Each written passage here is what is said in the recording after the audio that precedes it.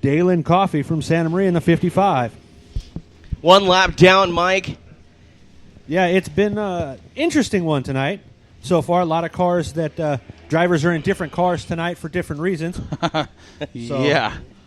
We're getting all that finalized and taken care of. So the leader is a 28P of John Piker. Tony Tost sits in the second spot. Ricky Childress Jr. in the 16 is in your third place position. Those are your top three cars here for B main event number 1, IMCA Modifieds. Fourth place car in the 55 is Dalen Coffey. Then it's the 51B of Brian Clark. Behind him is Larry Wise, and it's the 1P of Scott Pounds, the V13 of Gray Ferrando, the 1X Stefan Streeter. Then it's the 96 of Carla Laney. Standing behind Carla Laney in the 17 in is Steve Nolan, and the 25B of Zach Boitnott. Lights are out on the track. That can only mean one thing, Corey. We are racing once again. Green flag racing coming out.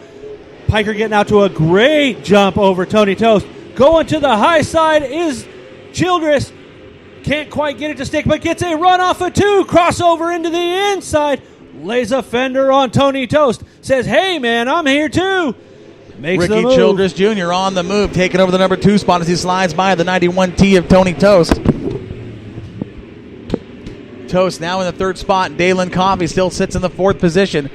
Good battle up front between the top 3 cars.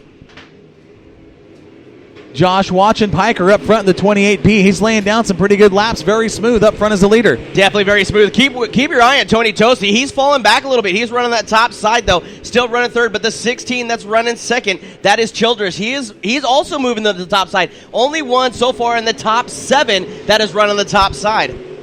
He's looking very good up there, high side, right rear on the cushion. But up front, Piker, I mean, he's got the power on the ground. He's got a good run out of 2 down the backstretch. Coffey, I mean, the 16 of Childress catches him at the end of the straightaway. Mike, does he have enough for him in the corners to catch him? Oh, Gray Fernando. I'm sorry, guys. Gray Fernando spins out of turn number 4 and collects 3 cars.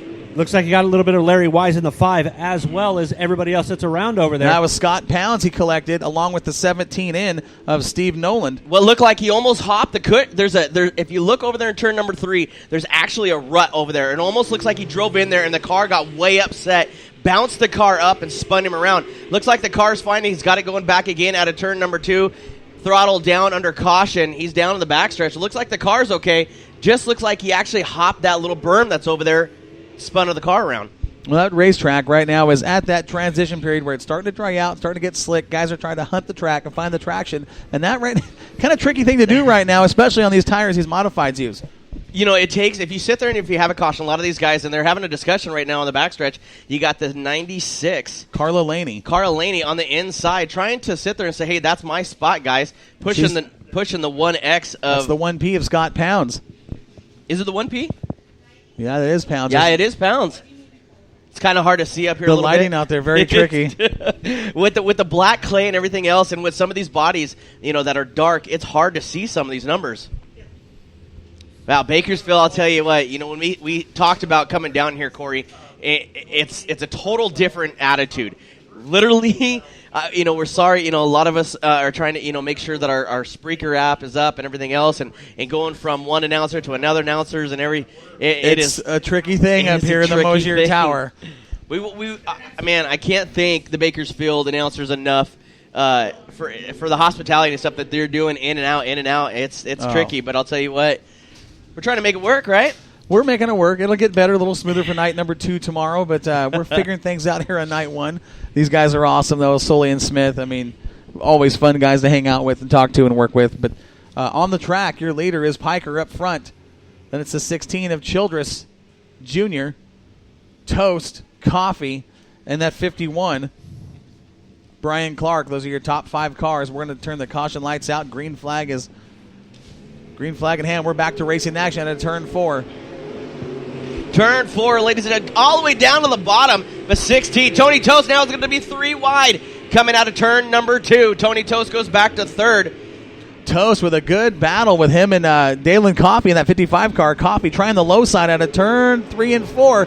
Look at this battle, between Tost and Coffey and the 51 in, or the 51B of Brian Clark. Those 3 guys are shooting it out. 6 laps down, halfway around, Corey. 12 laps is going to be their B main event. These guys trying to race their way into the feature. This is a big-time step right here. Every lap counts. Every position means something here at the Budweiser Nationals. I'm saying right now, up front, Piker looks like this is his race to lose. He is very fast. Childress, don't count him out. He catches him at the end of the straightaway, but Piker's got him. He's so smooth on the bottom. Piker's been able to drive that through the bottom, carry the momentum, and be able to drive off without losing anything. That's been his, MO out here is keep it tight, keep it right. Brian Clark in the 51. He is running your top 5. He's trying everything he can to try to get around the 55. That is for the 4th spot, the 55 of Coffee. Coffee still shutting it down. He's running to the bottom, but the battle right now is the top spot. You have Pike sitting there in the lead. The only person that's up on the high side except for the top 7 is the 16. That is battling for that position, the 16 of Childress. Childress now with a big run out of turn number 2 down the backstretch, side by side, Corey. Great battle for the top spot through turns 3 and 4. Childress on the high side. We're coming to the white flag. It is Childress on the top. He wants a bid for the top spot. He'll take it away at the white flag through turns 1 and 2. Childress way up on the high side, right rear in the cushion. Battle. They're going to go side by side on the backstretch into turn 3. Ricky Childress Jr. looks to wrap it up at a turn 4. Can he hold off Piker at the line? Your winner will be Ricky Childress. Piker for second. Third will go to Tony Tost. Dalen Coffey for fourth. And it's the 51 of Brian Clark running out the top 5. Larry Wise, Scott Pounds, Carla Laney, the 17 of Steve Nolan. And in the back of the pack was the V13 of Ferrando. Ferrando was followed by the 1X of Stefan Streeter. And the 25B of Zach Boitnott. Wow. Strong finish. A great run there in the closing laps for Ricky Childress Jr. Yeah, he was running hard, trying to find something the whole time. Going a little high, going in the middle, trying low. Figured out that high is going to work for him because nobody else is going up there. If he can pad that the way he wanted, he was able to make that move on the high side and make the pass. So there's your winner right on the front stretch, the 16. Fantastic run for Ricky Childress Jr. That 16 car. And he was truly one of the only guys out there working that upper half of the racetrack. He found something in the closing laps, found some traction up top, and made it work.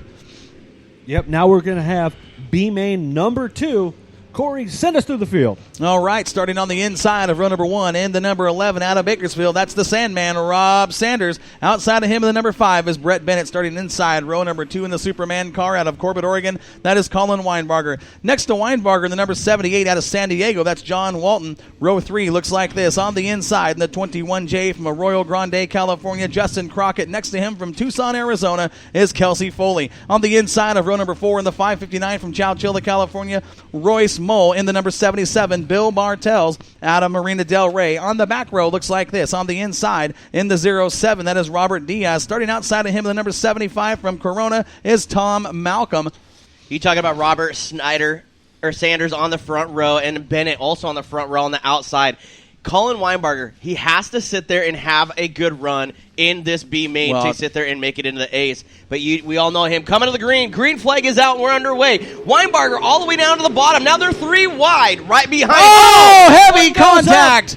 We've got a car up on the wall, rode the distance of the wall into the exit for the pit area. That's going to be, I believe, the 78. That was Tom Malcolm, I believe. That was Malcolm, I believe, in the 75. The 75, you're right. Nope, 78. That is Malcolm, yeah. He's in the back. The 78 car, you're right, Josh. Of Walt. Wow, they were 3 wide at a turn 4 Justin to start. Crockett and the 21Js over there as well. They went 3 wide behind Colin Weinbarger. That was a battle for the 5th spot. All from the flag stand. He rode that wall. You literally saw the underneath that car, sparks and everything. Turn 1 grandstand. Well, he was on the wall for the length of half the front stretch. Sparks flying. Actually, as if you haven't been to Bakersfield Speedway, if you're listening on Spreaker, he rode the wall into the pit exit into turn 1. The car came off the wall, and there's 3 cars parked down there under caution at the start of B main number 2. Things getting hot and heavy already here at the Budweiser Nationals. You've either got to go or you're going to get going. These guys, that's the way it's going to be, man. You got to get on there, got to get the throttle, got to get going forward because they're only taking a few. And if you're starting in the back, you got to go. Absolutely. So these guys basically, I mean, they have to make the move. They only have 12 laps. And the way the competition and stuff is right now, they have to make that move to make it. That was a battle for the top 5. Well, you saw Colin. He was starting on the second row inside. He was already making his move to sit there and take over that second spot, starting third. And you got to make that move, and you got to make it move quick. Well, and that was 3 fast cars that were, like you said, battling for the 5th position. So now on the restart, you're going to have Sanders up front on the point. Right behind him will be the number 5 of Brett Bennett. Then it'll be the Superman car of Colin Weinbarger, the 559 of Mole. Outside of Mole is the 77 of Bartels. Wow, that was a little more than exciting. The 07 of Robert Diaz moves up. Outside of him, the 75 is Malcolm, lining up at the back of the pack. Looks like Crockett's car is okay. You see him in the back kind of shaking that car back and forth, working the wheel, making sure everything's good. We'll see if he can make something happen out of that melee. I mean, no laps down. This time. You know, the good thing was nobody got upside down. Nobody got hurt. I'll give it to the Bakersfield track safety crew. They were right on top of that scene, making sure all the drivers and stuff were okay. Track cleanup. I mean, that was fast. That was fast. You talk about boom, Great boom, job. boom, boom, boom. The way they do it. They were there. These guys are on top of what they do. Kelsey Foley going to rejoin at the back of the pack. She's going to start scratch next to Crockett. Wow, man. Okay. A little bit of excitement there for the race fans here. Now, look at the stands here at Bakersfield. I mean, these guys are really starting to pack them in now. And, you know, people, like you said, Friday night, people getting off work, showing up a little bit late. It's the Bud Nationals. You can't miss it. Even if you show up for the features, you got to be here at Bakersfield. If you just got here, ladies and gentlemen, or you're just tuning into Spreaker, listening to our podcast, that was exciting. All night long has been exciting, but I'll tell you what, that was an opener. From here on out, we're going to see some hardcore dirt track racing, Bud National style. Mike, this is kind of one of your home tracks up here. Yeah, this is a fun track. It's always been this way. Even on regular weekends, we get this crazy. But now you add the talent level from out of town coming out to run. It just ups the ante that much more. I know Justin Bigger Crockett. purse. Yeah, Justin Crockett in the 21J. He had a bird's eye view of that one because that car was literally on top of his. Yes, indeed. And afterwards, he went over into Turn 2. Here, for you guys that aren't here at the track, Turn 2 is where the pit crews can stand up there and watch. He was up there shaking his car real close. His pit crewman, Cheeto Carrera, was up there taking a look at the car, making sure everything was going. Cheeto gave him the thumbs up. He got back in line. Time to go. There we go. Your flagman looking him over, telling him 1 to go at the line, ladies and gentlemen. It's going to be the 11. We're going green next time around. 11 of Robert Sanders. He is on the inside. The outside now still is Brett Bennett out of Bakersfield, California. Inside row number 2, Colin Weinbarger. Then the 77. That is going to be Bill Bartels. A veteran driver here at Bakersfield. Yeah, he is. Looking now, guys, good. we're in the Mike Mosier Tower. Okay. It's Budweiser Nationals. Yes, sir. I think we should give a tribute to Mr. Mosier with a Bud Light restart. You want to do a Bud Light restart? I think we should do a Bud Light restart. Moxie Mike, you do that Bud Light restart.